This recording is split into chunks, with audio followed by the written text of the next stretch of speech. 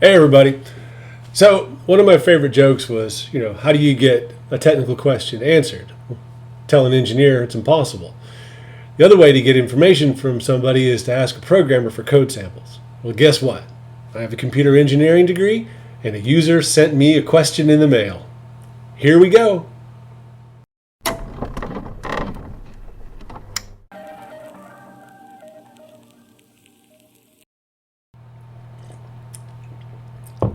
As of the time of this recording, I have 256 subscribers. So while I'm no Mr. Beast, speaking to a room of 256 people in my industry, that's a pretty good room.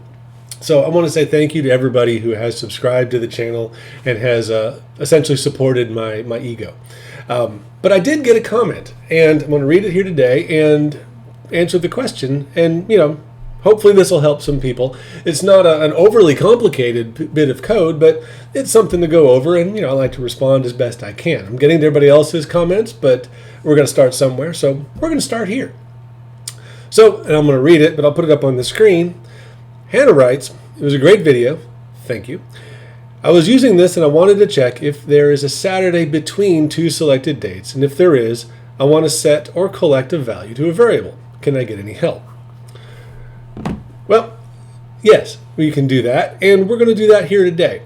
I put together a little app. This will be a very quick video, which shows the code snippet and how to check if there is a Saturday, although it could easily be set for any weekday. But we'll go over that today, and hopefully this will help. Okay, so I put together a quick app, nothing overly special. It is not the full calendar app that this comment was based off of course, but it does give us enough information here to at least set the stage for what we want to prove and show how we want to go ahead and do this. So again, the question was, is there a Saturday between two dates? Now, the original video only dealt with 1 week at a time, because this goes back to my calendar grid video. But to take this one step further, instead of there being a Saturday between two dates, I'm going to go ahead and adjust it to set the number of Saturdays between a start and an end date. So we're going to just take it one step further, because maybe that'll help more people. But this still gives you the answer, because if it's greater than 0, then you have at least one Saturday. So you can use it however you want to. So what we see here to start, we just have two calendar pickers and a button. And I have the onSelect, I think, or onChange. I think it's onSelect function for my calendar to call the select function of the button. My button has our code that we're going to go through today. If you want to see why I'm doing that, please check out my callable functions video with the link somewhere up there and see why I put this in the button, but at least give us one place for the code. And this deals with not necessarily the start and the end date per se, but the weekday of the start and the end date. It's how we're going to tell if it's a Saturday. So I have that echoed below the calendar date so we have an idea what we're working with here.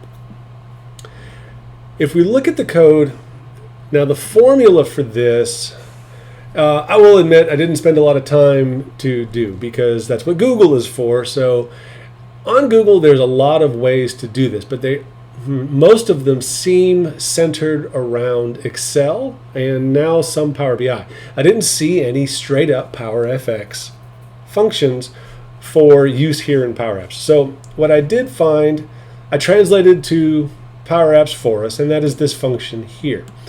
What did I do? This function here. So first thing we're going to do, let's go set some variables, and we'll go into the function. So of course, I told you we're working with weekdays, so we want to go ahead and get that. We have the start and the end days weekday, and that just uses the weekday function of the selected date of our calendars. We needed to get the number of days that we're looking at, not the number of days between, but the total number of days. So date diff gives us the number of days in between. But if we want to include the start date, we have to do the +1. So we want the total number of days involved. This function utilizes number of full weeks and the remainder days that would be overflow. So that, for any of our math friends out there, is essentially the div and the mod functions in math. Now, mod, of course, has a function in PowerFX, and we see that here. So our remainder days are simply the number of days we're talking, modded with 7. That gives us our remainder. Div does not have a function, but we can divide, and that's what this is here. So the div is actually just taking the straight divide by 7 math and rounding down to 0 digits. That gives us our whole number, essentially the div function. And finally, we want to double check if the last day ends on a Saturday. So the function sort of breaks down if the last day is a Saturday. So we just do a simple, comparison for a Boolean true false of is the last day of the week 7. Now, weekday, for those who haven't played with it yet, the weeks start on Sunday. So Saturday is the 7th day, just something to keep in mind. But that's why we have it here set to 7. So the function itself, now we are just setting the number of Saturdays to a straight variable here. We're not doing a Boolean true false because, again, we are doing a count.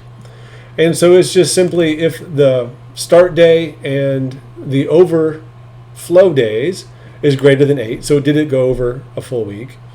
If that's the case, take the number of weeks and then add 1. Otherwise, just take the number of full weeks because we're not fully wrapped around a weekend. And then I found that if the last day is a Saturday, this formula needs that plus 1. So very simply, if that's true, add a 1. If not, add a 0. So to answer your question, Hannah, that is what you need. Now, not knowing how you want to call your function, I also decided to do another way to sort of prove a point, and that is the least efficient way humanly possible to do this exact same thing. Now, with this function, of course, you have the number of Saturdays, and so simply greater than 0 means you can call whatever functionality you want to set a variable or add to a collection. But if you need to do something on a specific Saturday, as you go through the days, we went ahead, and went through the brute force method, which is, like I said, for those computer science majors out there, the big O notation of awful. We have a way to go through literally every day and just see if it's a Saturday. Again, not what you want to do for efficiency, but just to prove a point, I added this to the video. And what we do here, since we can't set a variable within a loop, we're going to use a collection of essentially empty records, but we're going to care about the number of records. So we set up a simple collection, and the first thing I want to do is set up an iterator. So again, we do a collection of a sequence of the number of days, and that just gives us 1 through however many days. And we do a loop for all of this sequence as iterator. And for if that weekday, and we'll just do a date add to our start date plus the iterator minus 1, because we want to do the plus 0 to get the first day. And you just do the number of days in our date add. And so we literally go through every day in between 2 dates, and we just simply see if it's a Saturday. If we do, we collect it, again, an empty item, but it's an item in our collection. And that row count of that collection is the number of our Saturdays.